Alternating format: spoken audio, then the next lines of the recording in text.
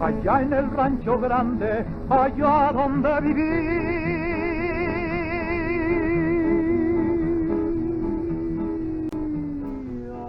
La época de oro del cine en México.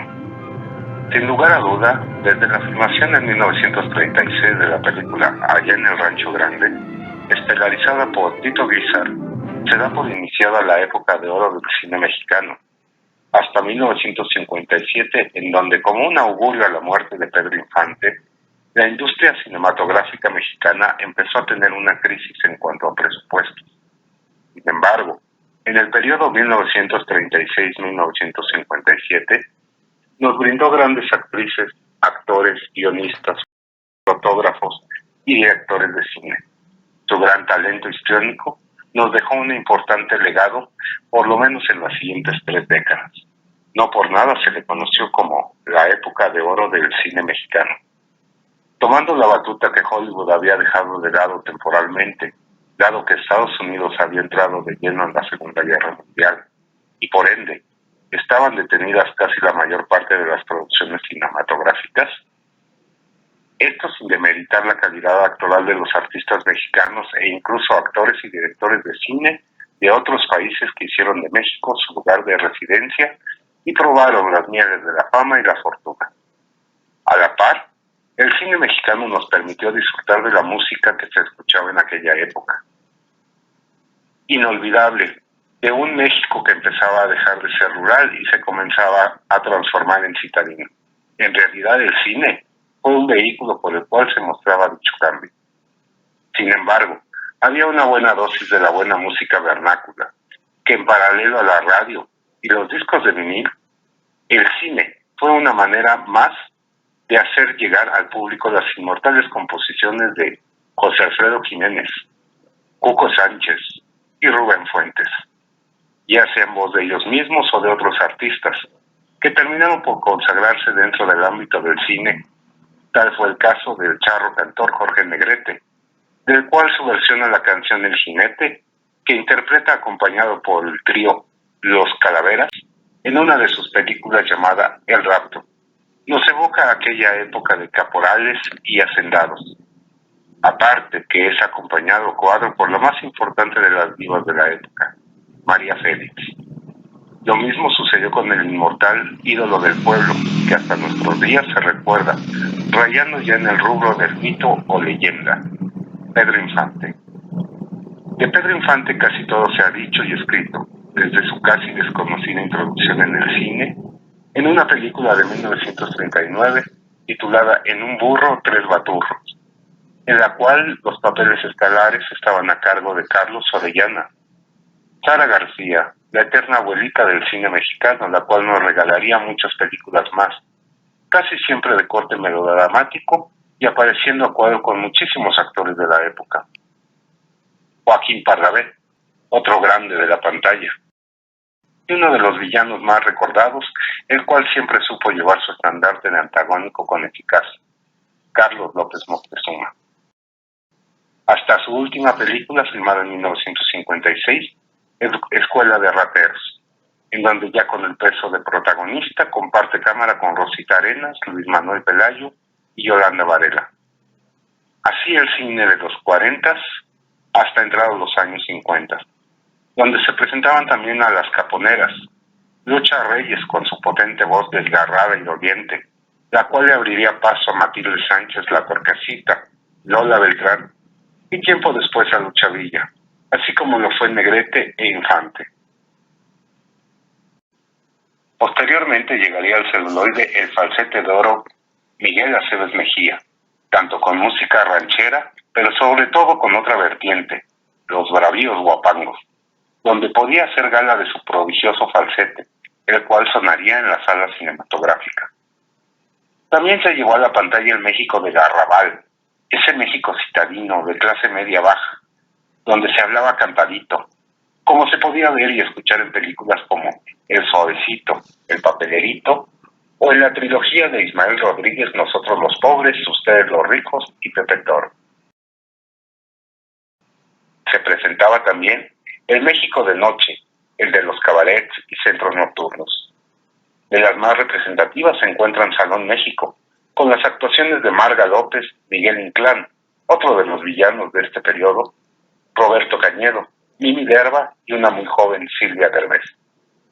Otra más fue Aventurera, con la cubana Ninón Sevilla, Tito Junco, Andrea Palma, Rubén Rojo y Miguel Manzano. En esta se muestra la gama musical de aquel cine, donde Pedro Vargas, Doña la Negra, el trío Los Panchos y Pérez Prado y su orquesta deleitaban al público con canciones y bailes, entre boleros y mambos.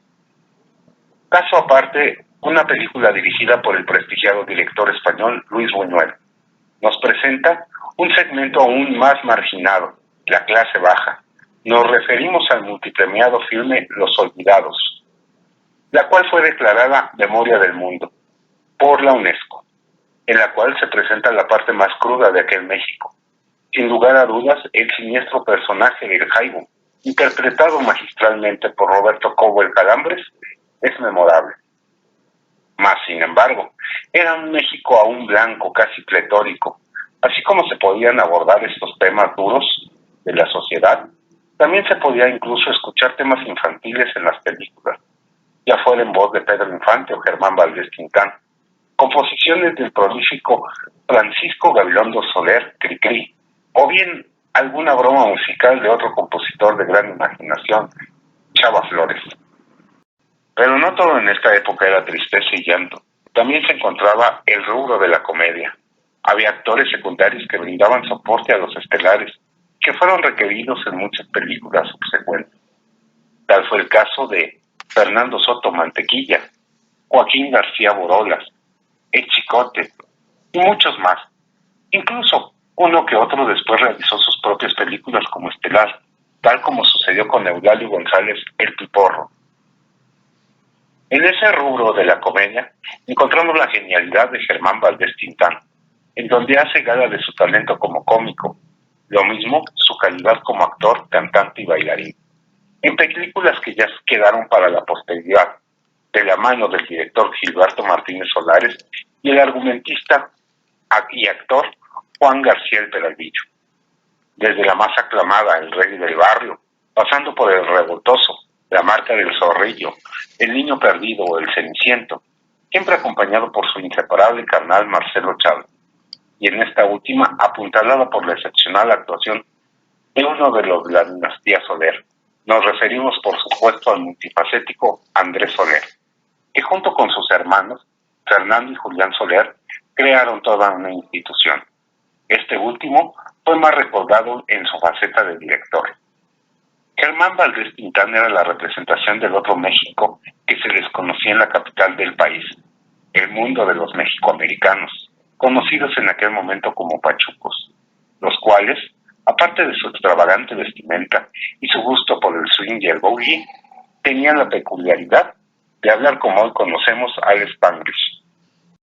En tanto, el centro del país estaba representado por otro cómico, el cual alcanzó la internacionalización tiempo después, al coestelarizar la premiada producción hollywoodense La Vuelta al Mundo en 80 días, compartiendo créditos con el actor norteamericano David Niven, aunque su participación fue en carácter de actor de acompañamiento en la trama. Sin embargo, le dio la oportunidad de llevar una segunda película titulada Pepe, en donde ya lleva el papel protagónico y donde actúa con una pléyade de actores y cantantes norteamericanos como Tony Curtis, Frank Sinatra, Janet Leigh, Bobby Darin y Jack Lemmon, por mencionar solo algunos. Sin duda, hablamos del mismo de México, Mario Moreno Cantinflas. Él era la representación en la capital de la República Mexicana y el mexicano promedio en la Ciudad de México, dicharachero y la manera de hablar oraciones sin sentido, pero que al decirlas él tomaban sentido. Sus películas dejaron una huella indeleble. De las más sobresalientes del periodo en cuestión fueron Ahí está el detalle, Águila o Sol, El signo de la muerte y Un día con el diablo, entre otras tantas, en donde al principio hacía mancuerna con Manuel Medel. Otra mancuerna en este cine fue la de Manolín Chilinsky, aunque pocas fueron sus películas como Fíjate qué suave, Era una dupla al estilo de Tintán y Marcelo. Incluso su apariencia era muy similar.